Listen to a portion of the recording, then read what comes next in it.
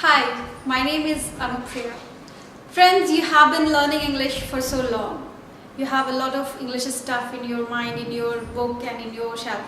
But still you find yourself that you are not sufficient enough to speak a fluent English. You are not able to achieve your goal or your target that you had already set. So I guess there are definitely few barriers you have made before you and you are not able to remove these barriers. What barriers can we consider that exactly it is happening and that's why I am not able to crack the nut? I guess I have few in my mind that I can introduce you, and after listening all such stuff you may try to remove all these barriers and you may become a good speaker or good communicator in English language. First one, I guess you are learning alone. Having a lots of English stuff in your bag or in your mind is really good manner, and you are practicing your English, that is also very much appreciable. But what happened, you have no one around you to speak, or you have no one to get a feedback that what you spoke was right or not.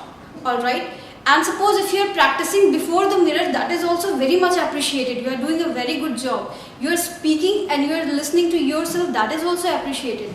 But suppose suddenly you got a chance to speak among the people, or you got an opportunity to speak in public. So it leads you to become a hesitative person. There is a hesitation in your nature because you have never spoken before anyone, or you have never communicated with anyone in your life. So learning alone is not a right ingredient to learn your English. Get someone along with you. Ask your native speaker to join you, or ask any of your friend who is very much good in English to join you to speak with. You will commit few mistakes and he will definitely correct you. So don't do this. Now, what I found, definitely there is a lack of commitment in learning English. When you thought that I should learn English, what you did, you decided to learn English. Alright? But taking a decision is not sufficient. There should be a commitment. If you are committed, it means that you are forcing yourself. You are very much constant with your learning lessons. Alright? You are very much regular with your lessons. If there is only a decision, so we'll buy a book, or you'll get an admission somewhere, or definitely you will ask somewhere to help you in speaking English. But if there is a commitment, definitely there will be a regular practice of achieving the goal of speaking English. So lack of commitment is also there. That's why you are not able to crack the nut. Next one, more dependent on grammar.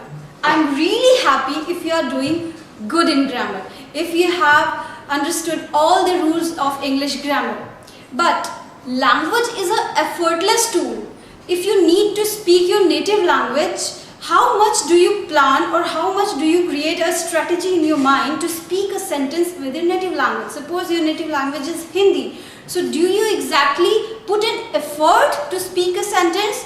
No. So it's really good that you have learned a lot of stuff in grammar. Grammar has informed you about the rules of the language.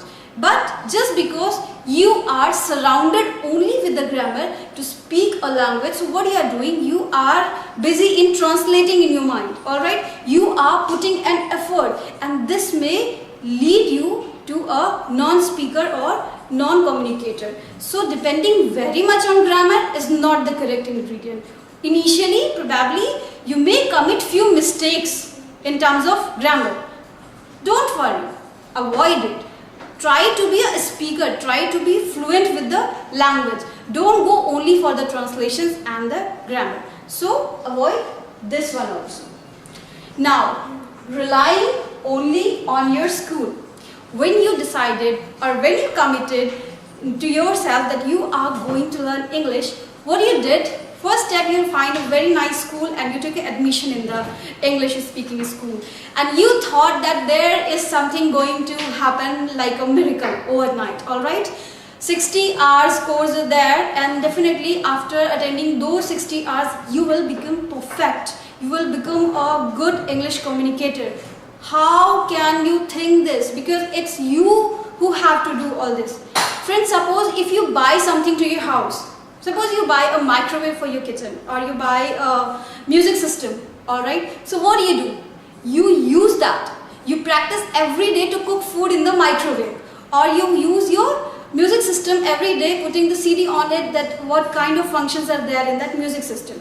So if you are buying knowledge from a school, why don't you practice that every day with your routine? Without your practice, there is nothing going to happen. You are very much relying only on your school. Only those particular hours are not going to help you. You have to have practice. You have to make a commitment with you that whatever I am receiving or learning with my trainer in my English school or with my trainer, I need to practice them at my home, at my own. So please don't do it at the extent. Alright.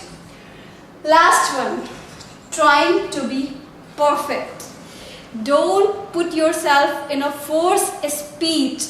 Alright, learning a lot of context in English, a lot of vocab in English, and now you're thinking that I can speak, suppose one page is there in English without watching at it fluently, and it may lead you to few mistakes because your mind and tongue is not very much prepared at once. So don't try to be perfect. Commit a mistake. Be slow. Initially, when you will be slow, gradually you will see a difference that from the initial stage you have improved a lot. Thinking that overnight you will start speaking a fluent English is not possible. Alright, so in initial stage, when you will practice with a small sentences or with a good vocab in English, definitely you are going to do good further. So please try to remove all these barriers from your mind and then put again a beautiful effort. I definitely hope that you will do very good for English communication. Best of luck. Bye.